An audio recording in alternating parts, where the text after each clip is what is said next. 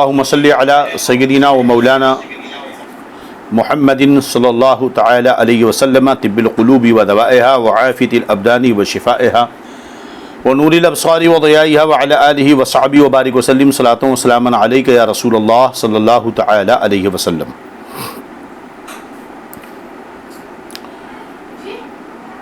گزشتہ درس میں آپ حضرات نے باب و کتابۃ العلم کو مکمل پڑھا اور اس کی تشریحات بھی آپ نے سماعت کر لی ہے۔ کتاب العلم کا یہ 40واں باب ہے۔ امام بخاری نے باب باندھا باب العلم والعظۃ باللیل۔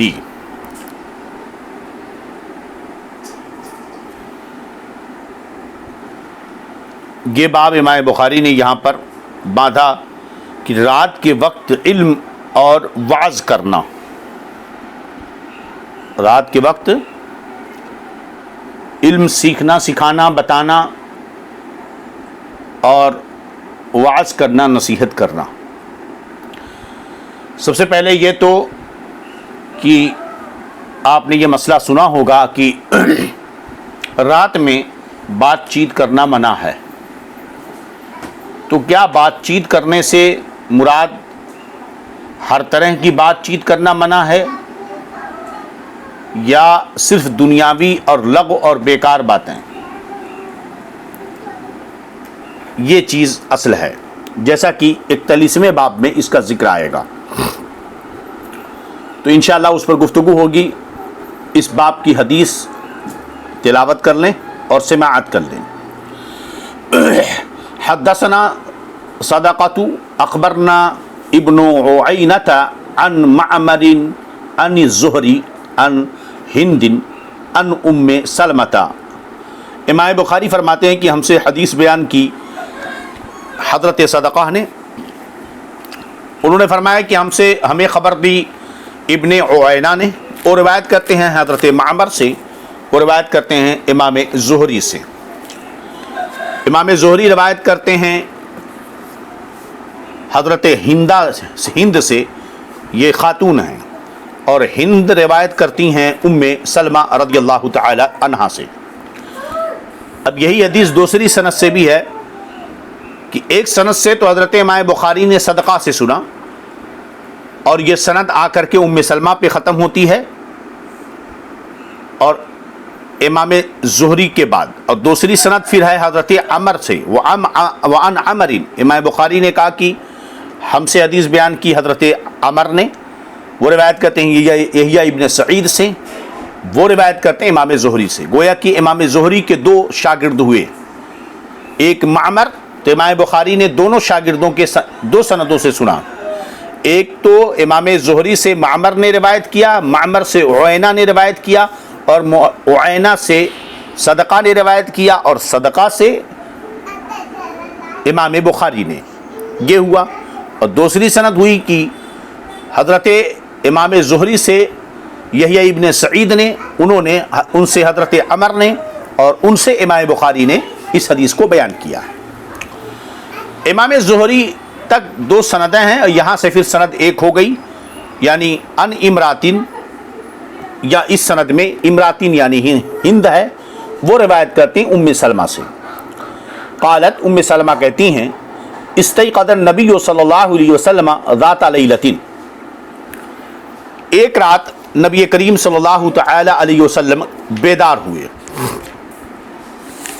ایک رات نبی کریم صلی اللہ تعالی علیہ وسلم بیدار ہوئے، فقال، تو ارشاد فرمایا، سبحان اللہ ماذا انزل اللیلۃ من الفتن، سبحان اللہ اس رات میں کتنے فتنے نازل ہوئے، وماذا فتح من الخزائن، اور کتنے خزانے کھلے، ایقظوا صواحب الحجر، حجرے والیوں کو جگا دو، کمرے والیوں کو جگا دو، کمرے والیوں کو جگا دو، فربا کاسیتن فی الدنیا عاریتن فی الآخرہ، بہت سی دنیا میں پہننے والی آخرت میں ننگی ہوں گی۔ حدیث پاک کی تلاوت ہوئی، اس کا ترجمہ آپ نے سماعت کیا کہ نبی کریم صلی اللہ علیہ وسلم ایک رات بیدار ہوئے، اور بیدار ہوتے ہی آپ نے کہا سبحان اللہ۔ پھر فرمایا کہ اس رات میں کتنے فتنے نازل ہوئے اور کتنے خزانوں کے دروازے کھولے گئے۔ کمرے والیوں کو جگا دو، یعنی گھر کی عورتوں کو جگا دو کہ بہت ساری دنیا میں پہننے والی عورتیں آخرت میں کیا ہوں گی؟ ننگی ہوں گی۔ تو اس حدیث کی اصل راوی ہیں حضرت ام سلمہ رضی اللہ عنہا، یہ ازواج مطہرات میں سے ہیں، اور نبی کریم ان کا اصل نام ہے رملہ۔ یہ پہلے ہمارے نبی صلی اللہ علیہ وسلم کے حبال اقدس میں تشریف لانے سے پہلے، یعنی نکاح میں آنے سے پہلے ابو سلمہ کے نکاح میں تھیں۔ ابو سلمہ بھی پہلے اسلام لا چکے تھے، اور ام سلمہ بھی جو ہے ایمان لا چکی تھیں، اور انہوں نے حبشہ کی طرف دونوں ہجرتیں بھی کیں، پھر مدینہ بھی ہجرت کی۔ ان کی کل 4 اولاد تھیں ابو سلمہ سے، زینب، سلمہ، عمر اور درہ۔ لیکن بعد میں ابو سلمہ کا انتقال ہو گیا ان کے شوہر کا۔ اس کے بعد حضور صلی اللہ علیہ وسلم نے شوال 4 ہجری میں حضرت ام سلمہ سے نکاح فرمایا۔ یہی وہ ام سلمہ ہیں جن کو نبی کریم صلی اللہ تعالی علیہ وسلم نے کربلا کی خاک دی تھی، جو حضرت امام حسین رضی اللہ عنہ کی شہادت کے وقت جو ہے سرخ ہو گئی تھی۔ اسی سے انہوں نے جانا تھا کہ حضرت سیدنا امام حسین رضی اللہ عنہ شہید ہو گئے۔ وہ سال کے وقت ان کی عمر 84 سال تھی۔ سیدنا ابو ہریرہ رضی اللہ عنہ نے نماز جنازہ پڑھائی، اور یہ جنت البقیع میں جو ہے آرام فرما ہیں۔ ان سے 378 حدیثیں مروی ہیں، 378 حدیثیں۔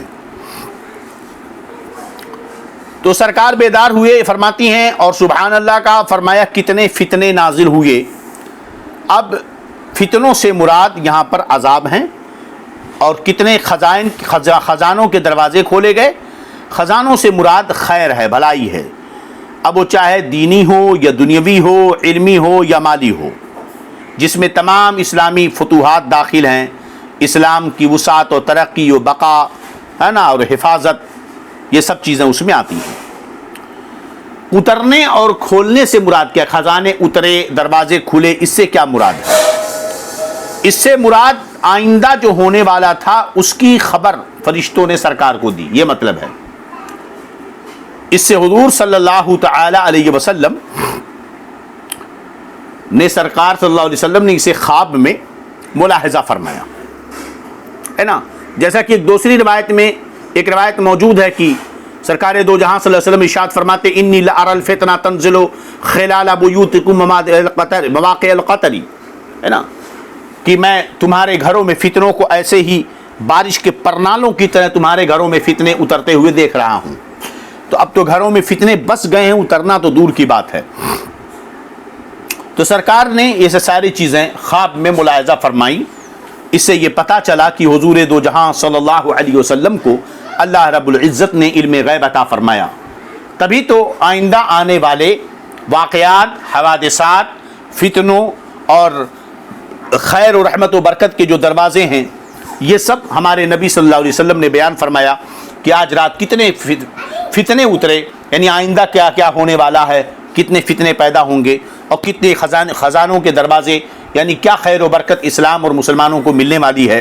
یہ سب کا علم اللہ رب العزت نے نبی کریم صلی اللہ علیہ وسلم کو عطا فرمایا۔ یہی تو علم غیب ہے۔ اب اس کے بعد سرکار نے فرمایا کمرے والیوں کو جگاؤ۔ تو کمرے والیوں سے مراد ازواج مطہرات ہیں۔ یہاں خطاب حضرت ام سلمہ سے ہے۔ ظاہر سی بات ہے کہ یہ انہی کی باری کا دن تھا، اور حضرت ام سلمہ کی تخصیص یہاں پر اس لیے ہے کہ سامنے وہی تھیں، اور سب سے پہلے اپنے بیوی بچوں کو جگانے کا جو حکم دیا، یہ اس بات پر یعنی کوئی بھی عمل خیر ہو اس پر پہلے خود عمل کرنا چاہیے اور اپنی اہل و عیال کو کروانا چاہیے، یہی ضروری ہے۔ لیکن اس کا یہ مطلب نہیں کہ اگر کوئی نہ کر سکے اور کسی کو نصیحت خیر کی کرے تو اس کا کرنا، نصیحت کرنا جائز نہیں ہے۔ بلا شبہ یہ معیوب چیز ہے، لما تقولون ما لا تفعلون، جو خود نہیں کرتے وہ کیوں کہتے ہو، بلا شبہ. لیکن امر بالمعروف اور نہی عن المنکر ہمیشہ ذہن میں رہے. امر بالمعروف اور نہی عن المنکر یہ دو فریضے ہیں. امر بالمعروف ایک فرض ہے، نہی عن المنکر ایک فرض ہے. اس کا مطلب یہ نہیں کہ ایک واجب اگر فرض چھوڑے آدمی تو دوسرا واجب اور فرض نہ کرے. یہ مطلب نہیں ہوتا کہ اگر کسی نے ظہر کی نماز نہ پڑھی تو عصر کی بھی نہ پڑھے، ہے نا. اگر کوئی آدمی کسی کو عصر کی نماز کے لیے کہے کہ بھئی عصر کی نماز تم پڑھ لو، اور جس نے کہا اس کی ظہر چھوٹ گئی ہے، اس نے نہیں پڑھا، تو پلٹ کر وہ کہہ رہے تم آئے ہو مجھے خود اپنا دیکھو، تم نے ظہر تو پڑھی نہیں اور عصر کی نماز پڑھنے کا مجھے حکم دے رہے ہو. تو اس کا یہ مطلب تو نہیں ہوتا کہ ظہر نہیں پڑھی تو عصر بھی نہ پڑھے، ہے نا. اور یہ کہ فرض اگر جو ہے نہیں پڑھی، اب ایک آدمی نے نماز نہیں پڑھتا ہے اور ایک شخص شراب پینے جا رہا تھا تو اب اس نے اسے ڈانٹا، روکا شراب پینے سے. اب پلٹ کر کہے کہ خود تو فرض چھوڑتے ہو اور مجھے شراب پینے سے روکتے ہو، تو یہ بھی کہنا غلط ہے. جیسا آج کل اگر تصویر کشی وغیرہ کے معاملے میں جو ہے میٹھے بھائی لوگوں کو منع کیا جائے تو یہ لوگ سیدھا کہتے ہیں، کچھ ہمارے بڑے پیارے لوگ ہوتے ہیں، اچھے لوگ ہوتے ہیں، ہے نا، بہت پیاری باتیں کرتے ہیں. جب ان سے ہم کہتے ہیں کہ بھئی یہ ناجائز و حرام ہے تو کہتے ہیں کہ آپ کی موبائل میں فوٹو نہیں ہے کیا، آپ نہیں نکالتے ہو کیا. بھئی کسی بندے کا اپنا ذاتی فعل ایک الگ ہوتا ہے، وہ اس کا اپنا ہے اس کے رب کے درمیان. لیکن اگر کوئی آدمی دین و شریعت کے نام پر ایسا کام کرے گا تو بلا شبہ اسے روکا جائے گا اور اس کا رد بلیغ کیا جائے گا. چلیے خیر، تو کہنے کا مطلب یہ ہے کہ پہلے اپنے گھر والوں کو سمجھائے، خود عمل کرے اور اپنے گھر والوں کو سکھائے، یہ پہلے ضروری ہے. اب باب کیا بات ہے؟ رات میں واعظ و نصیحت اور علم کی باتیں کرنے، سیکھنے سکھانے کے باب میں. تو اب اس میں دیکھیے کہ سرکار صلی اللہ علیہ وسلم نے گھر والوں کو جگایا اور اس کے بعد نصیحت فرمائی. ربا کاسیۃ فی الدنیا عاریۃ فی الآخرہ، یہ نصیحت فرمائی. تو باب سے مطابقت ہو گئی کہ رات میں سرکار نے حضرت ام سلمہ کو، اپنے گھر والوں کو یہ نصیحت فرمائی. تو پتہ چلا کہ رات میں علم دین کی باتیں کرنا اور دین کی نصیحت کرنا یہ جائز ہے. تو اس حدیث پاک سے ثابت ہوا کہ رات میں سوتوں کو جگا کر وعظ و نصیحت یہ مستحب ہے. خاص طور پر جب کوئی پریشان کن چیز دیکھے، کوئی مسرت خوشی کی بات ہو یا پریشان کن بات ہو، تب خاص طور پر جگا کر نصیحت کرنی چاہیے. حیرت انگیز بات پر سبحان اللہ کہنا یا کوئی دوسرا ذکر کرنا یہ بھی مستحب ہے. چونکہ سرکار نے فتنوں کو اترتے دیکھا اور رحمتوں کے دروازوں کو کھلتے دیکھا تو یہ حیرت انگیز چیز تھی جس پر سرکار نے بیدار ہو کر سبحان اللہ کہا. تو دو چیزیں پتہ چلیں کہ رات میں جب اٹھے، آنکھ کھلے تو اللہ رب العزت کی یاد کرنا یہ مستحب ہے. مزید یہ کہ اگر کوئی تعجب خیز چیز دیکھے تو سبحان اللہ کہنا چاہیے. دینی پیشوا پر کو چاہیے کہ اپنے متعلقین کو، اپنے چاہنے والوں کو، دوست و احباب کو، اپنے عقیدت مندوں کو، ہے نا، جو بھی ہیں، انہیں جو ہے ایسے شر سے، ایسے نقصان سے جس کا خطرہ ہو آگاہ فرمائے، بتائے کہ یہ خطرہ ہے، یہ نقصان ہے، اور بچنے کی تدبیریں بھی بتائے. سرکار صلی اللہ علیہ وسلم نے فرمایا بہت ساری دنیا میں، ہے نا، پہننے والی عورتیں آخرت میں ننگی ہوں گی. دنیا میں بہت ساری پہننے والی عورتیں آخرت میں ننگی ہوں گی. دیکھیے، کھاتا پیتا، کھاتے پہنتے ہونا یہ ایک عام محاورہ ہے جس کا مطلب خوشحال زندگی، ہے نا. بھئی کیسے ہیں؟ کھاتے پیتے جیتے ہیں، کھاتے پہنتے اڑتے ہیں، بس اللہ کا کرم ہے. کھاتے پیتے خاندان کا ہے، پہننے کھانے پینے والے خاندان کا، یعنی خوشحال خاندان ہے. یہ لوگ کھاتے پیتے لوگ ہیں، یعنی خوشحال لوگ ہیں، ایک عام محاورہ ہے. تو یہاں تو مراد یہ ہے کہ بہت سی وہ عورتیں جو دنیا میں عیش و عشرت سے رہتی ہوں گی، بہت کچھ ان کے پاس، الماریوں میں کپڑے بھرے ہوں گے، ہے نا، دولت ہوگی، سونے چاندی ہوں گے، ہے نا، پیسے ہوں گے، عیش و عشرت کے سارے سامان ہوں گے، اور وہ عموماً اعمال صالحہ سے غافل رہتی ہوں گی. اور یہ ایسا ہوتا ہے کہ دولت کی کثرت جو ہے انسان کو آزاد بنا دیتی ہے. دولت کی کثرت جو ہے انسان کو کیا بنا دیتی ہے؟ آزاد بنا دیتی ہے. تو نتیجہ یہ ہوتا ہے کہ جب آدمی کو دولت ہوتی ہے تو وہ جو ہے فیشن پرستی میں ڈوب جاتا ہے اور ناجائز کاموں کی طرف وہ متوجہ ہو جاتا ہے. پھر اس کے بعد اس کے اندر گھومنا، پکنک کرنا، ٹور کرنا، ادھر ادھر جانا، شاپنگ مال کو گھومنا، مارکیٹنگ کرنا، جس میں نماز غائب، روزے غائب، قرآن کی تلاوت غائب، اللہ کا ذکر غائب، وہ دولت کے نشے میں وہ خدا کو بھول بیٹھتا ہے۔ تو بہت ساری ایسی عورتیں جو دنیا میں عیش و عشرت سے رہتی ہیں وہ عموماً اعمال صالحہ سے غافل رہتی ہیں، اسی لیے بطور عذاب آخرت میں وہ ننگی رہیں گی۔ ایک مطلب تو یہ ہوا۔ یا مراد خاص وہ عورتیں ہیں جو دنیا میں ایسا باریک لباس پہنتی ہیں جس سے جسم کی اور بال کی رنگت جھلکتی ہے۔ کپڑا اتنا باریک پہنا کہ باہر کپڑا تو بظاہر جسم پر ہے، جیسا آج کل فیشن پرستی کا لباس ہے نا۔ آج کل دیکھ لیجیے آپ، اسکول ڈے میں، کالجوں میں، اسکول ڈے کے موقع پر، شادی کے فنکشنوں میں کپڑے تو ہوتے ہیں، مگر کپڑا ایسا دو وجہیں ہوتی ہیں اس میں کہ کپڑا ایک تو اتنا باریک ہے جس سے ان کے جسم کی جو ہے رنگت دکھائی دیتی ہے، یا یہ کہ کپڑا اتنا فٹ ہے، اتنا ٹائٹ ہے کہ جسم کا ایک ایک ابھار نظر آتا ہے۔ تو یہ دونوں گویا کہ کپڑے تو پہنے ہیں مگر وہ ننگے ہیں۔ یا تو یہ مراد ہے کہ آخرت میں ننگا رکھا جائے گا انہیں۔ اسی میں وہ عورتیں بھی داخل ہیں جو نقاب تو پہنتی ہیں مگر ایسا نقاب جو ان کے جسم کو اس قدر فٹ رکھتا ہے کہ ان کے آگے اور پیچھے اور جسم کے سینے کے ابھار اور ہر جگہ کو وہ کھل کر دکھاتا ہے ٹائٹ ہو کر، جس کی وجہ سے چلنے والے نہ چاہ کر کے بھی اس کے نقاب کی حسن کو، نقاب کی ڈیزائن کو، نقاب کے ٹکلیوں کو، اس کے بناوٹ کو، سنگار کو دیکھ کر اس کی طرف متوجہ ہوتے ہیں۔ یہ عورتیں بھی اس میں داخل ہوں گی، ایسی عورتیں بھی اس میں داخل ہوں گی، کیونکہ لباس کا مطلب یہ ہوتا ہے کہ لباس جسم کو ایسا ڈھک دے کہ نوجوان لڑکی بھی اپنے لباس میں جو ہے وہ بوڑھی نظر آئے۔ جوان وہ رب کی بارگاہ میں مقبول ہے جس کے اندر بوڑھوں جیسی ادا ہو۔ تو لباس اور نقاب ایسا ہونا چاہیے کہ جوان لڑکی بھی اپنے لباس کے اندر بوڑھی نظر آئے، اس طرح کا لباس ہونا چاہیے۔ تو اس میں وہ عورتیں بھی داخل ہیں۔ بہرحال جیسا کہ آج کل عام طور پر یہی ہو رہا ہے نا۔ جب اب سوچئے آپ کہ جب باریک لباس، فٹ لباس، ٹائٹ لباس پہننے والیوں کا یہ حکم ہے، تو جو عورتیں ننگے سر، ننگے گردن، ننگی کلائیاں، ننگی پڈلیوں کے ساتھ بازار میں پھرتی ہیں، بتاؤ ان کا کیا حال ہوگا، ان کے لیے کیا سزا ہوگی۔ تو دنیا میں جو لباس دیا گیا شریعت کے مطابق پہنے، ورنہ آخرت میں وہ لباس ان کے لیے ننگا ہونے کا سبب ہوگا اور جہنم میں جانے کا سبب ہوگا۔ لہذا ایسا نقاب پہننا، ہرگز اپنی عورتوں کو ایسے نقاب نہ پہننے دیے جائیں جو اس قدر فیشن ڈیزائننگ میں ہو کہ دیکھنے ہی نقاب کی وجہ سے لوگ اس کی طرف متوجہ ہو جائیں، یا اس قدر وہ جسم پر فٹ ہو کہ جسم کا ایک ایک حصہ ابھر کر دکھائی دے۔ تو بلا شبہ وہ کپڑا حقیقت میں کپڑا نہیں ہے، بلکہ اس نے ایک ننگا لباس پہنا ہے جو اس کے لیے جہنم میں جانے کا باعث ہوگا۔ شیخ سعدی رحمۃ اللہ تعالیٰ علیہ یہاں بڑی پیاری بات کہتے ہیں، اسی لیے پڑھنا چاہیے گلستہ کو، 8واں باب، بڑی حکمت کی باتیں آپ نے وہاں لکھی ہیں۔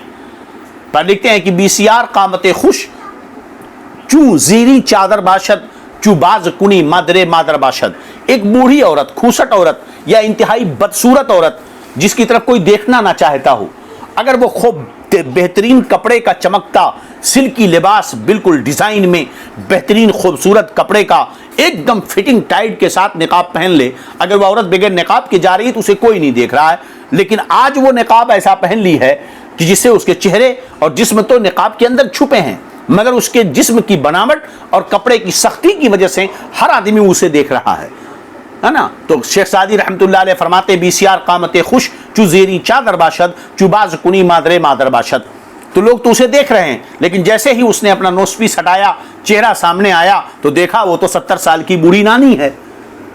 بہت سے ایسے خوش اچھے چہرے لگنے والے چادر کے نیچے تو ہوتے ہیں، لیکن جب تم چہرہ ہٹا کے دیکھو گے تو مادر باشد، مادر مانے ماں، ماں کی ماں یعنی نانی نظر آتی ہے، یعنی انتہائی خوشٹ بڈھی جسے کوئی دیکھنا نہ چاہے، مگر لباس کی فٹنگ سٹنگ اور بناوٹ اسے لوگوں کو اس کی طرف متوجہ کرتی ہے۔ تو ربا کاسیۃ فی الدنیا عاریۃ فی الآخرہ کے زمرے میں وہ بھی داخل ہیں۔ آج کا یہ ماحول ہے، اللہ رب العزت اس عذاب اور بلا سے ہمیں محفوظ فرمائے۔ کچھ عورتیں تو ایسا لباس نہ پہن کر چلیں، کیا وہ بتانے جاتی ہیں کہ ہم مسلمان ہیں، نقاب پہن کر وہ بتاتی ہیں کہ ہم مسلمان ہیں۔ تو کب لباس تو ایسے پہننے چاہیے تاکہ ان کی طرف لوگ نظر نہ کریں۔ یاد رہے کہ آج کہتے ہیں کہ بے حیائی میرے جسم میں نہیں ہے، بے حیائی تیری نظروں میں ہے۔ یہ جملہ بڑا آسان ہے بولنا، بے حیائی میری جسم میں نہیں ہے، بے حیائی تیری نظروں میں ہے. اس کی نظروں کو اپنی طرف تم نے کھینچا کیوں؟ کیا اصول جو قرآن نے ہمیں دیا ہے تمہاری فکر اس سے بڑھ کر کے ہے؟ لذیذ بریانی ہوگی تو لوگ کھانے کے لیے متوجہ ہوں گے، تم نے بریانی کو باہر رکھا کیوں؟ یہ ایک بدتمیزی کے الفاظ ہوتے ہیں جو ایک ایک طرح کے آنے کی کوشش. عورتوں کو بھئی قرآن نے کیا فرمایا؟ وَلَا يَضْرِبْنَا بِأَرْجُلِهِنَّ كَيْ تُبْدِينَ زِينَتَهُنَّ. اے عورتیں اپنے جب تم چلو تمہیں کوئی ضرورت پڑے باہر نکلنے کی تو اے عورتیں اپنے قدموں کو زور سے زمین پر نہ رکھو کہ کہیں تمہاری زینت ظاہر نہ ہو جائے. تو زینت کو ظاہر کرنے سے منع فرمایا. پیر کو زمین پر عورت اس قدر رکھے نرمی کے ساتھ کہ اس کے چلنے کی بھی آواز کسی غیر مرد کے کان میں نہ پہنچنے پائے. اب آپ سوچئے، اسی لیے تو ایسے پازیب پائر پہننا حرام ہے جس کے اندر گھگرو ہو.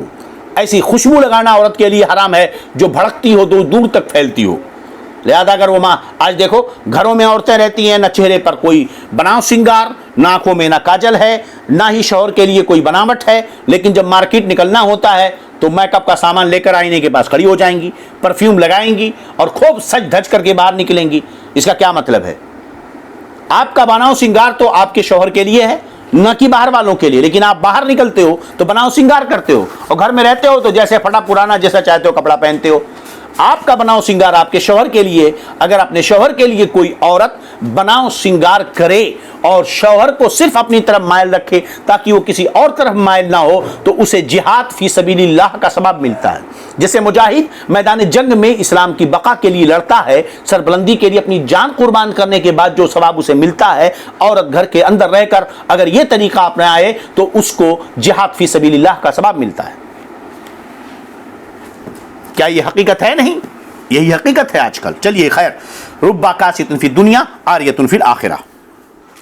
اب اس باب کتاب العلم کا 41واں باب، باب السمر بالعلم.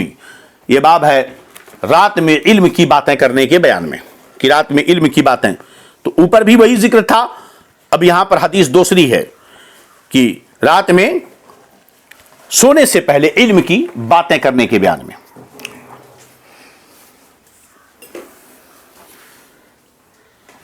امام بخاری نے اپنی سند سے روایت کیا، حدثنا سعید بن غفیر قال حدثني لیث قال حدثني عبد الرحمن بن خالد بن مسافر عن ابن شهاب عن سالم وابي بکر بن سلیمان بن ابی حثمة ان عبد الله بن عمر قال صلى لنا النبي صلى الله عليه وسلم العشاء في آخر حياته. امام بخاری فرماتے ہیں کہ ہم سے حدیث بیان کے سعید بن عفیر نے، انہوں نے کہا کہ ہم سے حدیث بیان کے لیث نے، انہوں نے کہا کہ ہم سے حدیث بیان کے عبد الرحمن بن خالد نے، خالد ابن مسافر نے، وہ روایت کرتے ہیں امام ابن شہاب سے، وہ روایت کرتے ہیں سالم سے اور ابو بکر بن سلیمان بن ابی حتمہ سے، ان عبداللہ ابن عمر قال کہ بے شک حضرت عبداللہ ابن عمر رضی اللہ تعالی عنہ نے فرمایا، صلی اللہ نبی صلی اللہ علیہ وسلم العشاء، کہ نبی کریم صلی اللہ علیہ وسلم نے اپنے آخری حیات میں، فی آخری حیات ہی، اپنی آخری حیات میں، اپنے آخری حیات کے دنوں میں نبی کریم صلی اللہ علیہ وسلم نے ہمیں عشاء کی نماز پڑھائی. فلما سلما، جب آپ نے سلام پھیرا، قاما، کھڑے ہوئے، فقال، ارشاد فرمایا، ارأیتکم لیلتکم ہادہ، ارشاد فرمایا کیا تم نے اپنی اس رات کا حال دیکھا؟ ارأیتکم لیلتکم ہادہ، کیا تم نے اپنے اس رات کا حال دیکھا؟ فَإِنَّ رَأْسَ مِئَةِ سَنَةٍ مِّنْهَا لَا يَبْقَى مِمَّنْ هُوَ عَلَى ظَهْرِ الْأَرْضِ أَحَدٌ. جتنے لوگ، تم نے اپنی اس رات کا حال دیکھا؟ جتنے لوگ آج روئے زمین پر ہیں 100 سال کے بعد کوئی بھی نہ رہے گا. جتنے لوگ آج روئے زمین پر ہیں 100 سال کے بعد کوئی بھی نہ رہے گا. ہے نا، یہ کب فرمایا؟ آخری حیات میں سرکار نے عشاء کی نماز پڑھائی، اور عشاء کی نماز پڑھانے کے بعد آپ نے یہ خطاب فرمایا، نصیحت فرمائی. تو اس وقت جو لوگ روئے زمین پر ہیں سب کے بارے میں بتایا سرکار نے. 100 سال، ان میں سے کوئی 100 سال کے بعد باقی نہیں موجودہ وقت میں. اب کل اگر کوئی پیدا ہوتا ہے اس کے لیے حکم نہیں ہے. اس وقت اب تک جس وقت سرکار نے خطاب فرمایا اس وقت جتنے بھی روئے زمین پر ہیں جو ابھی پیدا ہو رہا ہے، سرکار کے خطاب سے 10 منٹ پہلے بھی اگر کوئی پیدا ہوا ہے تو وہ 100 سال ہی جیے گا، اور جو پہلے سے ہیں یعنی کوئی بھی شخص، اور جو پہلے سے ہیں یعنی کوئی 50 سال کا ہے تو ایسا نہیں کہ وہ بھی 100 سال تک جیے گا۔ مطلب یہ ہے کہ اس وقت جتنے لوگ روئے زمین پہ ہیں 100 سال تک سب کے سب انتقال کر جائیں گے۔ 100 سال تک کے بعد اس وقت جو موجود ہے وہ نہیں رہے گا، 100 سال کے بعد، 100 سال کے اندر سب کا انتقال ہو جائے گا۔ یہ ہے مراد، یہ ہے کہ میری امت کے جتنے لوگ آج زمین پر ہیں اور عام طور پر جو نظر آ رہے ہیں، خواہ وہ کم عمر ہو خواہ وہ عمر والے ہوں، 100 سال پر وہ زندہ نہ رہیں گے۔ اب رہے وہ لوگ جو اس کے بعد پیدا ہوں گے، ان کا اس میں شمار نہیں ہے۔ اسی طرح حضرت عیسیٰ کا شمار نہیں ہے، حضرت خضر کا، حضرت الیاس کا جو نظروں سے غائب ہیں وہ شمار نہیں ہے، یوں ہی ابلیس اور دیگر جنات بھی اس میں شامل نہیں ہیں، اس لیے یہ سب اس کے اندر داخل نہیں ہے۔ چنانچہ تاریخ اس بات پر شاہد ہے کہ نبی کریم صلی اللہ علیہ وسلم نے جو فرمایا ایسا ہی ہوا۔ وہ زبان جس کو سب کن کی کنجی کہیں، اس کی نافذ حکومت پہ لاکھوں سلام۔ وہ دہن جس کی ہر بات وحی خدا، چشمہ علم و حکمت پہ لاکھوں سلام۔ تاریخ شاہد ہے ایسا ہی ہوا۔ سب سے آخر صحابی ابو طفیل عامر بن باطلہ 110 ہجری میں وصال آپ نے فرمایا۔ یہ حدیث بھی اس بات کی دلیل ہے کہ میرے آقا صلی اللہ علیہ وسلم غیب جانتے ہیں۔ تب تو آپ نے کہا کہ اس وقت جتنے کوئی 100 سال تک کے بعد زندہ نہیں رہے گا، تو کون کب مرے گا بتائیے؟ نیز جس سے ثابت ہوا کہ عشاء کی بعد باتیں کرنے کی ممانعت، جو حدیث پاک میں ہے کہ عشاء کے بعد بات نہ کی جائے، کہ بات چیت کریں گے تو فجر کی نماز قضا ہو جائے گی، لہذا وضو کر کے عشاء کی نماز پڑھے اور باوضو ہوتے ہی ذکر و اذکار کرتا ہوا سو جائے، یا دینی باتیں کرتا ہوا باوضو اگر سو جائے تو پوری رات اس کی عبادت میں لکھی جاتی ہے۔ تو اس حدیث پاک سے پتہ چلا کہ رات میں جو ہے عشاء کے بعد جو بات کرنا منع کیا گیا ہے اس میں خاص غیر دینی باتوں کا تعلق ہے، یعنی غیر دینی باتیں کرنے سے منع کیا گیا ہے۔ رہ گئی دینی باتیں تو وہ جائز ہی نہیں بلکہ ثواب بھی ہے۔ یوں ہی یاد رہے کہ اپنے اہل و عیال سے اور مہمان سے بات کرنا۔ اب کوئی یہ سوچے کہ تب تو عشاء کے بعد بات کرنے کا جب منع ہے اور دینی بات ہی کر سکتے ہیں، تو شوہر دن بھر کام کر کے آیا اور شام کو پہنچا، کھانا کھایا، عشاء کی نماز پڑھا، سیدھا اسے سونا چاہیے، تو بیوی بات کب کرے گی؟ یاد رہے اپنے بیوی بچے بھی اس سے مستثنا ہیں، یعنی اپنے بیوی بچوں سے گھر کی ضروری باتیں، پیار و محبت کی باتیں، ملاعبت، یہ ساری چیزیں بہرحال جائز ہوگی کہ بچوں سے پیار کرے، ان سے شفقت کرے، اپنے اہل و عیال پر سے محبت کرے، اپنی محبتوں کا اظہار کرے، ان کا خیال کرے، یہ ساری چیزیں اس کے لیے جائز ہیں۔ ایسے ہی دوستوں کے ساتھ بیٹھ کر کے ٹھٹھے لگانا، مجلسیں سجانا، ادھر ادھر کی حفات و بکواس، یہ ناجائز و حرام ہے۔ چلیے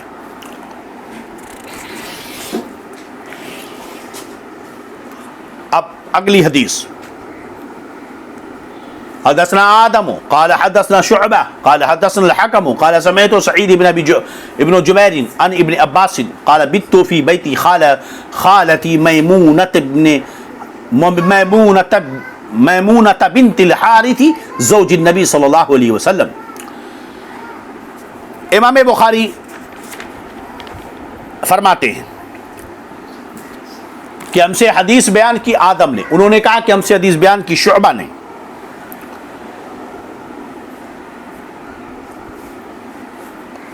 ہم سے حدیث بیان کی کس نے؟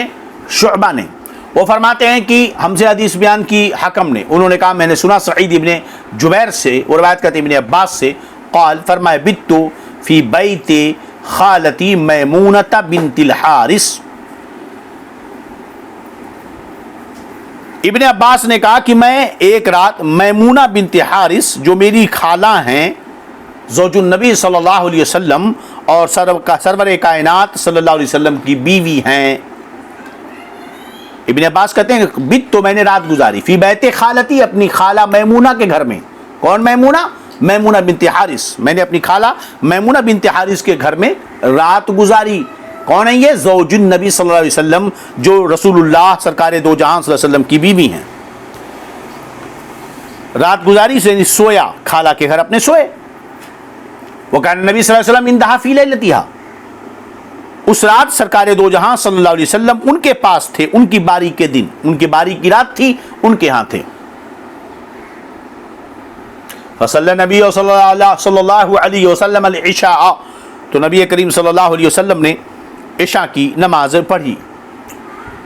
ثم جاء الی منزلہ، پھر اپنے گھر تشریف لائے. فصلی 4 رکعات، پھر آپ نے 4 رکعت نماز پڑھی. مسجد میں عشاء کی نماز پڑھی، اپنے گھر تشریف لائے اور 4 رکعت نماز پڑھ کر کیا ہوا؟ ثم نام، سو گئے. ثم قام ثم قال، پھر کھڑے ہوئے پھر فرمایا. سو گئے پھر اٹھے، بیدار ہوئے، اس کے بعد کیا فرمایا؟ ثم قال، پھر فرمایا نام الغلیم، غلیم یا غلیم، او کلمۃ تشبہہما، تشبہہا، غلیم فرمایا یا کوئی اور اسی طرح کا کلمہ استعمال فرمایا. سرکار نے فرمایا، کیا فرمایا؟ چھوٹا بچہ کہاں سو گیا؟ آپ نے فرمایا چھوٹا بچہ سو گیا یا اس کے مشابہ کوئی کلام فرمایا ہے نا. آئے عشاء کی نماز پڑھ کر آئے، 4 رکعت نماز پڑھی، سو گئے، پھر اٹھے ہے نا، اور اس کے بعد فرماتے ہیں کہ چھوٹا بچہ سو گیا.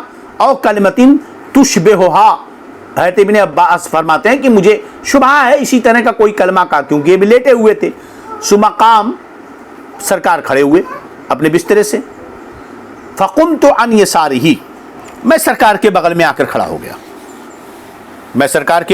میں اٹھا اور آپ کے بائیں جانب کھڑا ہو گیا، آپ کے بائیں جانب کھڑا ہو گیا. فجعلنی عن یمینہ، فجعلنی عن یمینہ، اور میں آپ کے بائیں جانب کھڑا ہوا تو آپ نے مجھے اپنے دائیں جانب کھڑا کر لیا. میں آپ کے بائیں جانب کھڑا ہوا تو سرکار نے مجھے اپنے دائیں جانب کھڑا کر لیا. فصلی 5 رکعات ثم صلی رکعتین، پھر سرکار نے 5 رکعت نماز پڑھی، 5 رکعت نماز پڑھی، اور اس کے بعد 2 رکعت پڑھی، اس کے بعد 2 رکعتیں پڑھی. ثم نام، پھر سو گئے. حتی سمعت غطیتہ، یہاں تک کہ میں نے سرکار کے جب سرکار سو گئے تو میں نے آپ کے کھراٹے کی آواز سنی. تو غطیتہ یا او خطیتہ، سرکار کے کھراٹے کی آواز میں نے سنی، یعنی سونے میں جو ناک بجتی ہے. ثم خرج الی الصلاۃ، پھر اس کے بعد سرکار اٹھے اور نماز کے لیے تشریف لے گئے، نماز کے لیے تشریف لے گئے. تو دیکھیں یہاں پر سید عالم صلی اللہ علیہ وسلم حضرت سیدنا ام المومنین میمونہ رضی اللہ عنہ کے گھر سوئے اور وضو کیے بغیر بار بار نماز پڑھی. وضو، اس میں حضرت ابن عباس کہیں بھی ذکر نہیں کر رہے ہیں کہ آپ نیند سے بیدار ہوئے تو آپ نے وضو کیا، بغیر وضو کیے ہوئے آپ نے بار بار نماز پڑھی. یہ آپ کی خصوصیت ہے کہ چت سونے سے آپ کا وضو نہ جاتا تھا.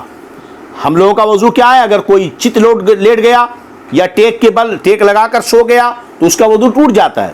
آپ نے شرح وقائع میں پڑھا ہوگا، من نام مستجعا او متکئا او مستندا لو ازیل لزال لسقطا، ہاں، کہ اگر کوئی ٹیک لگا کر سوئے، چت سوئے یا کسی طرح پر سہارا لے کر کے سوئے اس طرح کہ اگر اسے ہٹایا جائے تو وہ گر جائے ہے نا، دیوار سے ٹیک لگا کر کے سوئے تو اس صورت میں اس کا وضو ٹوٹ جائے گا.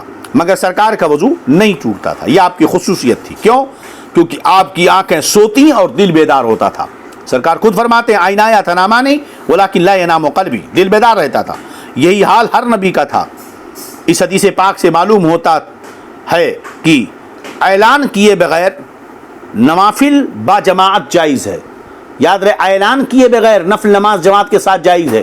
حضرت ابن عباس کہتے ہیں کہ میں جا کر بائیں طرف کھڑا ہوا تو سرکار نے مجھے دائیں طرف کر لیا، یعنی نفل نماز آپ جو پڑھ رہے تھے آپ نے جماعت کے ساتھ، 2 لوگوں کی جماعت کے ساتھ پڑھی، تو اعلان نہیں کیا گیا تھا. آج کل دیکھیے مذہب پر عمل کا جنون جو دکھ رہا ہے وہ شہرت اور ایڈورٹائز کا ہے نا. اعلان ہوتا ہے تہجد کی نماز جماعت سے ہوگی، آ جاؤ. تہجد کی نماز آپ پردے میں پڑھو، اعلان کرنے کی کیا ضرورت ہے؟ ہاں لوگ جماعتیں کر لیا، جماعت تو ٹھیک ہے، آج صلاۃ التسبیح جماعت کے ساتھ فلاں مسجد میں ادا کی جائے گی ہے نا، تو نفل کی جماعت بطور تداعی حرام ہے، مکروہ تحریمی ہے ہمارے فقہ حنفی میں. اور آج کل تو لوگ نماز تہجد کا اعلان ہوتا ہے، بڑی رات ہے تہجد کی نماز جماعت سے ہوگی، یہ مکروہ حرام ہے، ہمارے مکروہ تحریمی ہے مذہب حنفی میں اعلان کے ساتھ. ہاں لوگ جماعتیں پڑھ لیا، بات الگ ہے، کیونکہ نفل نماز تنہا مشروع ہے. 3 لوگوں سے زیادہ اگر ہوئے تو تداعی ہے بہر صورت ہر حال میں. بات سمجھ میں آگے کی نہیں؟ اس لیے اس کی اجازت نہیں. ہمارا اس تعلق سے مکمل جواب سنی قادری رضوی نیٹ ورک پر جو ہے موجود ہے اس تعلق سے، کیونکہ رمضان شریف میں اور شب بارات اور شب قدر کی راتوں میں یہ فتنے آج کل بڑے عام ہو رہے ہیں، اور یہ سب عام کرنے والے پاکستانی ہیں نالائق، سب برباد کر کے رکھا ہے ان لوگوں نے. اللہ بچائے ان کے فتنوں سے.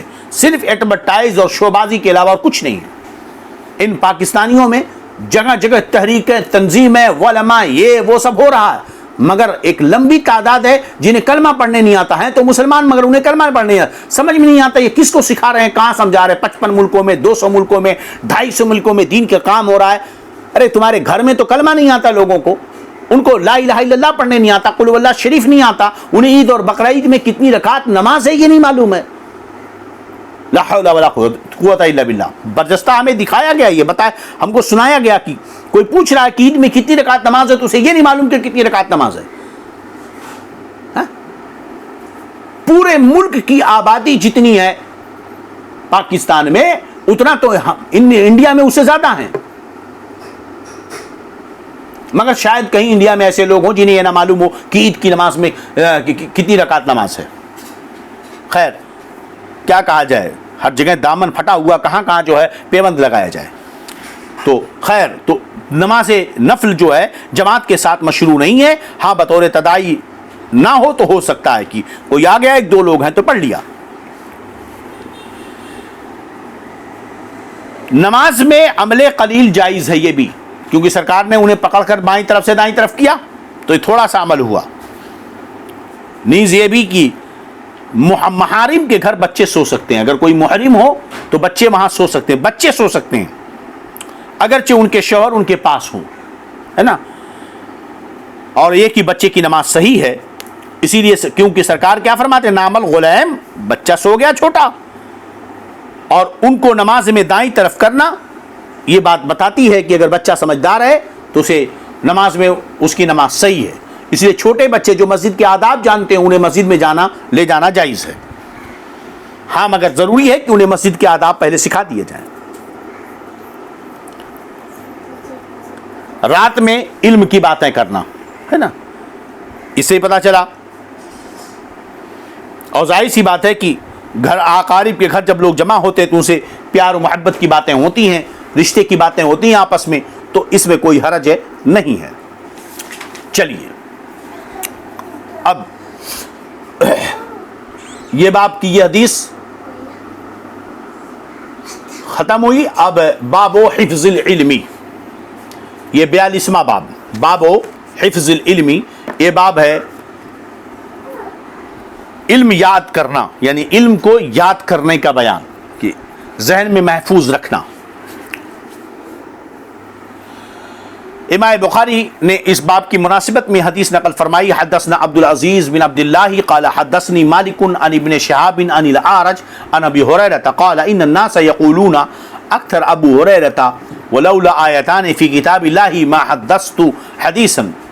اللہ اکبر. حضرت امام بخاری فرماتے ہیں کہ ہم سے حدیث بیان کی عبد العزیز بن عبد اللہ نے، انہوں نے کہا ہم سے حدیث بیان کی مالک نے، وہ روایت کرتے ابن شہاب سے، وہ روایت کرتے امام اعرج سے، وہ روایت کرتے سیدنا ابو ہریرہ رضی اللہ عنہ سے. قال حضرت سیدنا ابو ہریرہ رضی اللہ تعالی عنہ نے کہا، کیا کہا؟ ان الناس یقولون اکثر ابو ہریرہ تھا. حضرت ابو ہریرہ نے کہا کہ لوگ کہتے ہیں کہ ابو ہریرہ نے بکثرت حدیثیں بیان کی ہیں.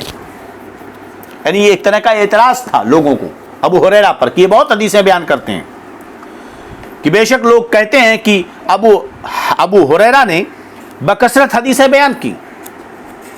حضرت ابو ہریرہ اس اعتراض کا جواب دیتے ہوئے کہتے ہیں ولولا آیتان فی کتاب اللہ ما حدثت حدیثا، اگر اللہ کی کتاب یعنی قرآن میں 2 آیتیں نہ ہوتی تو میں کوئی حدیث نہ بیان کرتا. ثم یتلو ان الذین یکتمون ما انزل اللہ من البینات والہدی الی قولہ الرحیم. پھر حضرت ابو ہریرہ نے تلاوت کی ان الذین یکتمون ما انزل اللہ من البینات والہدی الی قولہ الرحیم. پھر قرآن مقدس کی آیت مکمل ابو ہریرہ نے تلاوت کی.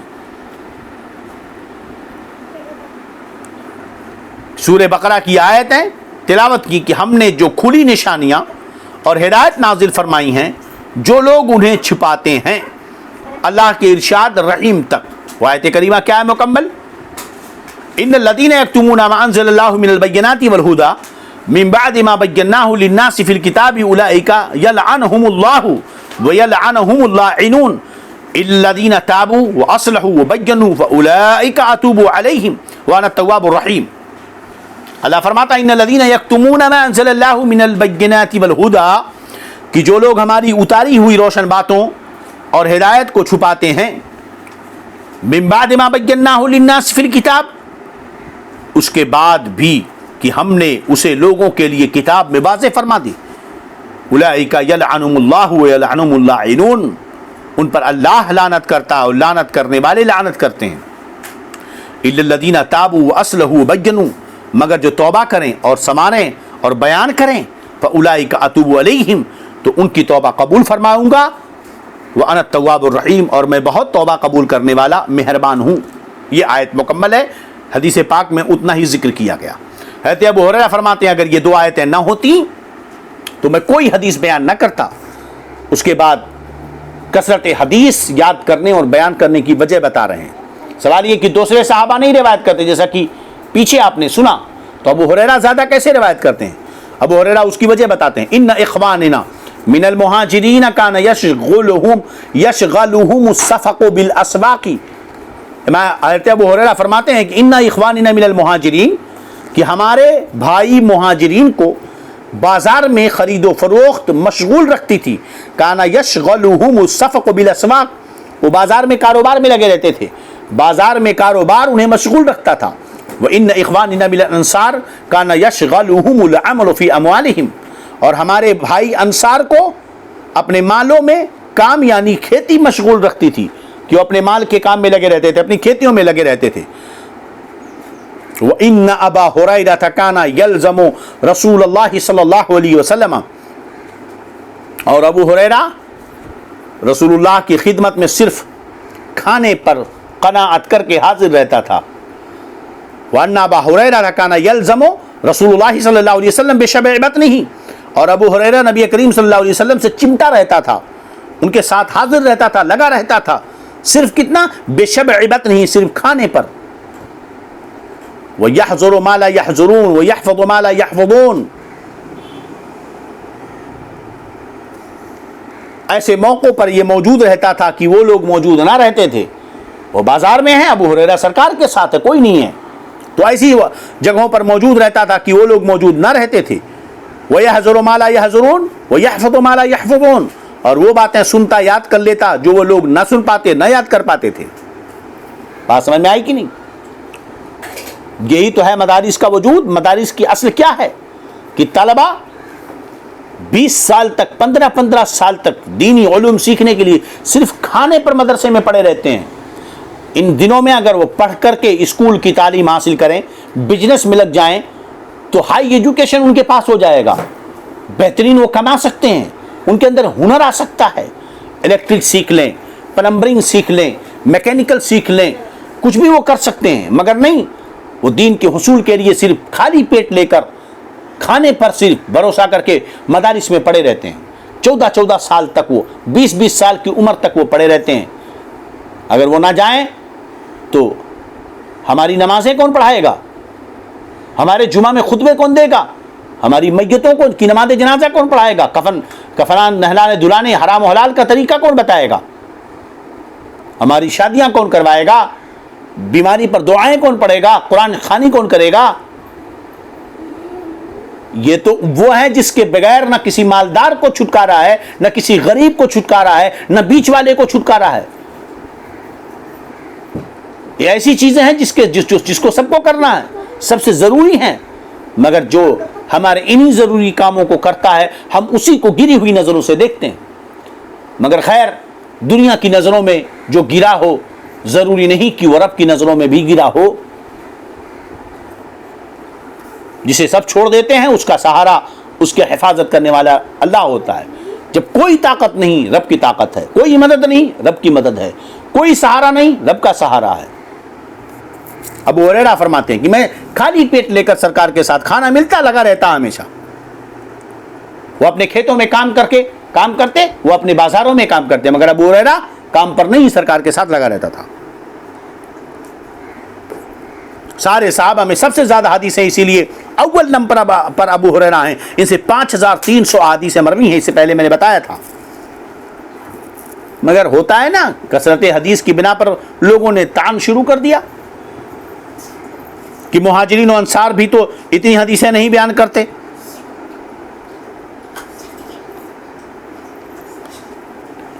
ابو ہریرہ نے یہ وجہ یہ بتائی کہ چونکہ قرآن پاک میں اللہ تعالیٰ نے علم چھپانے کو والوں پر لعنت فرمائی ہے, اور جب میں یہ حدیثیں سنتا ہوں تو مجھے بتانا ضروری ہے, ورنہ لعنت ہوگی مجھ پر.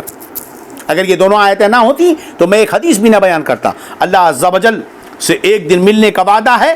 میری کثرت حدیث کی وجہ یہ ہے کہ اور صحابہ کرام اپنے اپنے کاموں میں رہتے, فرصت کے وقت حاضر خدمت ہوتے, اس لیے ان کو نبی کریم صلی اللہ علیہ وسلم کا ارشاد مبارک سننے, کوائف اور حالات کو دیکھنے کا بہت کم موقع ملتا تھا.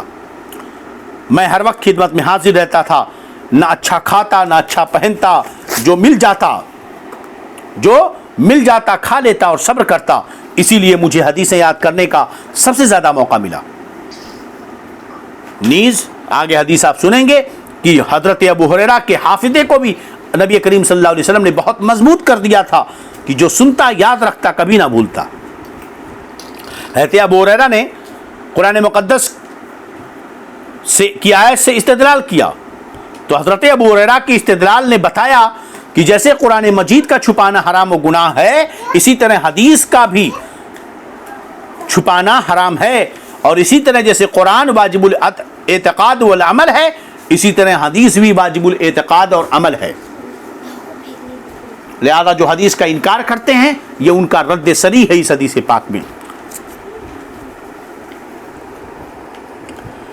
تو چونکہ اس باب کی 2 حدیثیں اور رہ جاتی ہیں تو اسے ہم مکمل کر لیں, جس میں حضرت ابو ہریرہ کے حافظے کی قوت کو بیان کیا گیا ہے. چلیے, حدثنا ابو مصعب احمد بن ابی بکر قال حدثنا محمد بن ابراہیم بن دینار عن ابی ذئب عن سعید المقبری عن ابی ہریرہ. امام بخاری فرماتے ہیں ہم سے حدیث بیان کی ابو مصعب احمد بن ابی بکر نے, انہوں نے کہا ہم سے حدیث بیان کی محمد بن ابراہیم بن دینار نے, اور روایت کرتے ہیں ابن ابی ذئب سے, اور روایت کرتے ہیں سعید المقبری سے, اور روایت کرتے ہیں سیدنا ابو ہریرہ رضی اللہ عنہ سے. قال, حضرت ابو ہریرہ نے فرمایا, قلت لأبی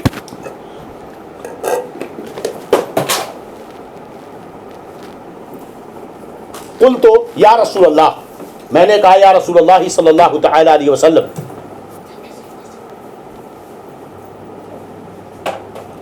میں نے کہا یا رسول اللہ صلی اللہ علیہ وسلم انی اسمع منک حدیثا کثیرا انساہ, یا رسول اللہ میں آپ صلی اللہ علیہ وسلم سے بہت حدیثیں سنتا ہوں, بہت سی حدیثیں سنتا ہوں, انساہ پھر بھول جاتا ہوں. قال ابسط رداءک, اے ابو ہریرہ اپنی چادر پھیلا. فبسطت, میں نے پھیلائی. قال فغرف بیدہ, میں نے پھیلائی تو حضور نے اپنے دونوں ہاتھوں کو چلو کی طرح بنا کر, غرفہ چلو بنانا ہے نا, چلو بنا کر اس میں کچھ ڈالا. ثم قال ضمہ, فرمایا سمیٹ کر اپنے سینے سے لگا لے. فضممتہ, فرماتے ہیں اب میں نے ایسا ہی کیا, اپنے سینے سے لگا لیا. فما نسیت شیئا بعد, اس کے بعد کبھی کچھ نہیں بھولا, اس کے بعد کبھی کچھ نہیں بھولا. تو سینے سے لگانے کا ابو ہریرہ نے شکایت کی, یا رسول اللہ سنتا ہوں حدیثیں بھول جاتا ہوں. سرکار نے کہا چادر پھیلاؤ. چادر پھیلائی, اپنے ہتھیلی کو چلو بھر کر کیسے ڈالا, چلو میں تھا کیا, ابو ہریرہ نے اس کا ذکر نہیں کیا. اس کا مطلب یہ کہ ابو ہریرہ کو چلو میں کچھ نظر نہیں آیا. لوگ کہتے ہیں رسول اللہ صلی اللہ علیہ وسلم علم غیب جانتے ہیں. جاہلوں کو سوچنا چاہیے, اس حدیث پاک سے پتہ چلتا ہے کہ رسول علم غیب جانتے ہی نہیں ہیں, بلکہ ہمارے نبی علم غیب بانٹتے ہیں. ظاہر سی بات ہے, غیب کیا ہے, جو نظر نہ آئے, چھپا ہوا ہو, کسی طریقے سے جاننے کا راستہ ہی نہ ہو, ظاہری اسباب سے ہم اسے نہ جان سکیں. ابو ہریرہ کہتے ہیں سرکار نے چلو بنا کر میری چادر میں ڈالا, مگر چلو میں کیا تھا, مالک کونین ہے, گو پاس کچھ رکھتے نہیں, 2 جہاں کی نعمتیں ہیں ان کے خالی ہاتھ میں, ہاتھ جسم تو اٹھا غنی کر دیا, موج بحر سماحت پہ لاکھوں سلام. ہاتھ میں کچھ نہیں تھا. اگر کچھ ہوتا تو ابو ہریرہ ضرور روایت کرتے کہ یہ تھا ہاتھ میں, خالی ہاتھ چلو بھر کر جو ہے ڈالا کا سینے سے لگا لو، سینے سے لگایا. پہلے حالت کیا تھی؟ پہلے جو سنتے تھے بھول جاتے تھے. اب فرما رہے ہیں کہ فما نسیتو شیئا بعدو، فما نسیتو یہ ماں نافیہ ہے، شیئا نکرہ ہے. اور بار بار یہ قاعدہ آپ کو بتا چکے ہیں کہ نکرہ اگر تحت نفی واقع ہو تو دیکھو آپ کے پاس اگر بخاری ہوگی تو وہاں لکھا ہوا تنکیر یدل علی العموم نا، تو شیئا یہ نکرہ ہے جو تحت نفی واقع ہے، جو عموم کا فائدہ دیتا. فما نسیتو شیئا بعدو، سرکار کے چادر عطا کرنے کے بعد سے میں کچھ نہیں بولا، یعنی زبر زیر پیش ترتیب حروف کچھ نہیں بولا. اور یہی نہیں، اس کے بعد کچھ بھی سنتا یاد کرتا، چاہے وہ دین سے ہو، علم سے ہو، دنیا سے ہو، کسی طریقے سے ہو، میں کچھ نہیں بھولتا تھا. اب اعلیٰ حضرت کا شعر پڑھ لو ہے نا، میرے کریم سے اگر قطرہ کسی نے مانگا دریا بہا دیے ہیں، دربے بہا دیے ہیں. کوئی دوا ایسی نہیں، ادھر بھولتے تھے، ادھر چادر لگایا تو یہ ہو گیا. خمیرہ اب ریشم مہینے کھانے کے بعد بھی یہ قوت حاصل نہیں ہوتی. نسیان کی بیماری جب طاری ہوتی ہے نا تو آپ کوئی بھی دوا کھا لو کوئی فائدہ نہیں. میں نے ایک مرتبہ حضور محدث کبیر آقائے نعمت سے پوچھا، شہزادہ صدر الشریعہ آقائے نعمت نائب قاضی القضات فی الہند، استاذ العلماء، سلطان المناظرین والمفکرین، امیر المومنین فی الحدیث، ثانیہ امام بخاری اس دور کے استاد العلماء، میرے آقا سیدی حضور محدث کبیر علامہ ضیاء المصطفیٰ قادری دامت ظل نورانی سے میں نے حضور سے پوچھا، حضور نسیان کا کوئی علاج بتا دیں، بھول جانے کا. تو ارشاد فرمایا نہ کچھ کوئی علاج سمجھ میں نہیں آتا ہے، خمیرہ آب ریشم کھائیے اس سے کچھ فائدہ رہے گا، مگر مہینے کھا ڈالو خمیرہ آب ریشم. اتنا مضبوط حافظہ ہوتا نہیں، کھانے کے بعد کچھ فرق پڑ جائے تو پڑ جائے. لیکن یہ کون سا خمیرہ آب ریشم تھا کہ ادھر بھولنے کی بیماری تھی اور ادھر چادر لگایا سینے سے کہ کہتے ہیں ایسا مضبوط ہوا سیکنڈوں میں، ہے نا، دم میں دم آ گیا. ان کیا ہے وہ نظر کے دم میں، ہاں دم میں دم آ گیا، اس نگاہ عنایت پہ لاکھوں سلام، ہے نا. وہ پورا شعر یاد نہیں آ رہا ہے. دم میں دم آ گیا، ایک دم میں دم آ گیا، ایک دم میں دم آ گیا، ہے نا، اس نگاہ عنایت پہ لاکھوں سلام. چلیے خیر، تو کہتے ہیں اس کے بعد میں کچھ نہیں بھولا، اس کے بعد زبر زیر کچھ نہیں بھولا. تو یہ نعمت اللہ تبارک و تعالی پیارے نبی صلی اللہ علیہ وسلم نے اپنے رب کی عطا سے حضرت ابو ہریرہ کو عطا فرمائی. تو ابو ہریرہ نے یہ ساری چیزیں بیان کی. چادر سب کو پھیلانے کے لیے میرے نبی نے کہا تھا، مگر خاص ابو ہریرہ نے پھیلائی، اس لیے نعمت انہیں ملی ہے. اس لیے جب اللہ والے آئیں تو فیضان سب کے لیے بڑھتا ہے. جس کا دل مخلص ہوگا، عقیدت پکی ہوگی، وہ فیضان لوٹ لے گا. حضور محدث کبیر کے ساتھ بہت سارے لوگ رہتے ہیں، اکابر علماء کے ساتھ بہت سارے لوگ رہتے ہیں، لیکن خاص نصیبہ اور حصہ اسی کو ملتا ہے جو کسی لالچ، کسی دنیاوی نفع، ذاتی غرض کے لیے نہیں، بس صرف اور صرف اللہ اس کے رسول کی رضا کے لیے رہتا ہے. اسے بہت کچھ عطا ہوتا ہے، بہت کچھ اسے ملتا ہے. بہرحال اس سے یہ بھی پتہ چلا کہ ہاں حضرت ابو ہریرہ نے یہ بتایا کہ مجھے اللہ نے یہ نعمت سرکار کے صدقے میں عطا فرمائی. تو پتہ چلا کہ بوقت ضرورت اپنی خوبیوں کو بیان کرنا جائز ہے. اگر کوئی اپنی خوبیاں بیان کرتا ضرورت کے وقت تو اسے بیان کرنا جائز ہے. ہاں جبکہ اپنا تفوق، اپنی شہرت اور اپنا تفوق، اپنی برتری بیان کرنا اس کا مقصد نہ ہو. چلیے جلدی سے اگلی حدیث تیزی کے ساتھ، وقت زیادہ ہو رہا ہے. حدثنا ابراہیم المنذر قال حدثنا ابن ابی فدیک بہذا قال فغارف بیدہ، یہ ایک روایت ہے. حضرت ابراہیم ابن منذر نے حدیث بیان کی، انہوں نے کام سے حدیث بیان کی. ابن ابی فدیک نے اسی حدیث کو ابو ذیب سے انہوں نے فغارفا، ہے نا، بیدہی، فغارفا بیدہی کے الفاظ ہیں. چلیے خیر اگلی حدیث. حدثنا اسماعیل قال حدثنی اخی عن ابی ذیب عن سعید المقبری عن ابی ہریرہ قال حفظت من رسول اللہ صلی اللہ علیہ وسلم وعین. بخاری فرماتے ہیں کہ ہم سے حدیث بیان کی اسماعیل نے، انہوں نے کہا ہم سے حدیث بیان کی میرے بھائی نے، اور روایت کرتے ہیں ابو ذیب سے، اور روایت کرتے ہیں سعید مقبری سے، اور روایت کرتے ہیں ابو ہریرہ سے. قال ابو ہریرہ نے فرمایا حفظت من رسول اللہ صلی اللہ علیہ وسلم وعین، میں نے رسول اللہ صلی اللہ علیہ وسلم 2 برتن یاد کیے. میں نے سرکار دو جہاں صلی اللہ علیہ وسلم سے علم کے 2 برتن یاد کیے. فاما احدهما فبثثته، رہا ایک علم کا برتن جس کو میں پھیلا رہا ہوں تو میں اسے پھیلا رہا ہوں.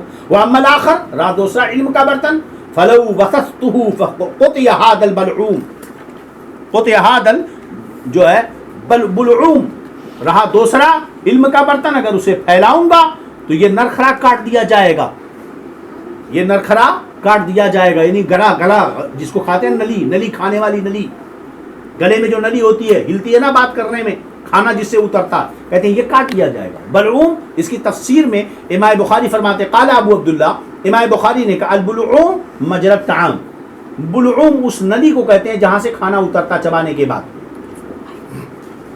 معذرت چاہوں گا تھوڑا دیر ہو مگر یہ کہ حدیث مکمل ہو جائے۔ تو یہاں پر دو برتن مراد ہیں، دو برتن، بلعوم سے کھانے کی نلی مراد ہے۔ حضرت ابو ہریرہ نے دو قسم کے علوم سرکار سے حاصل کیے، یعنی کہ اگر علوم کو لکھا جائے تو دو قسم کے برتن بھر جائیں گے، ہے نا؟ دو قسم کے علوم، یعنی پہلے قسم کے علوم عقائد احکام ہیں جن کو میں پھیلا رہا ہوں عقائد کے بیان میں، احکام کے بیان میں، اور دوسرا جو علم کا دوسری علم کی جو قسم ہے، جو دوسرا برتن ہے، اس سے مراد فتن کی حدیثیں ہیں، فتنوں کی حدیثیں، جس میں ظالم بادشاہوں کے نام اور ان کی کالی کرتوتیں ذکر ہیں۔ اگر تاریخ پڑھیں آپ جانتے ہیں تو یزید اور عبد الملک جو یہ دو حکمراں گزرے ہیں، ان کے مظالم اگر آپ جانتے اور پڑھتے اور سمجھتے ہیں تو حضرت ابو ہریرہ رضی اللہ عنہ کے اس اندیشے کو آپ سمجھ سکتے ہیں۔ یہ اتنے بڑے ظالم تھے، ان کے خلاف اگر کوئی بول دیتا اور ان کی ظلم و بربریت جو تھی، تو اس حدیث پاک کو سمجھ سکتے ہیں خوب اچھی طریقے سے۔ اس ناہنجار نے مدینہ پہ حملے کروائے، ہزاروں خواتین اسلام مدینہ کی پاکیزہ لڑکیوں کو اپنی لشکریوں پر 3 دن حلال کیا، استغفر اللہ، مسجد نبوی میں گھوڑے باندھے، ممبر نبوی کے پاس وہاں لید گوبر کیا گیا، 3 دن تک نماز اذان بند رہی مسجد نبوی میں، یوم حرہ کا عالم تھا، ہزاروں ناجائز بچے پیدا ہوئے۔ یہ حرکتیں ان لوگوں نے مدینہ منورہ میں کی، جبکہ میرے نبی نے فرمایا کہ مدینہ والوں کے ساتھ جو دشمنی کرے گا اللہ اسے پگھلا دے گا۔ یہ اور خانہ کعبہ پہ اس مردود نے، یزید نے حملے کروائے، ہے نا، خانہ کعبہ کا غلاف جلا، منجنیق سے دیواروں پہ حملے کیے گئے۔ اب بتائیے عبد الملک کی شرارتیں دیکھیے، اس کی شرارتیں، تو حدیث پاک ابو ہریرہ کی سمجھ میں آ جائے گی۔ وہ ابو ہریرہ رضی اللہ تعالیٰ عنہ کے اندیشے کو اچھی طرح، تاہم یاد رہے کہ کبھی کبھی حضرت ابو ہریرہ برداشت نہیں کر پاتے تھے تو کنائے اور اشارے میں بیان کرتے تھے۔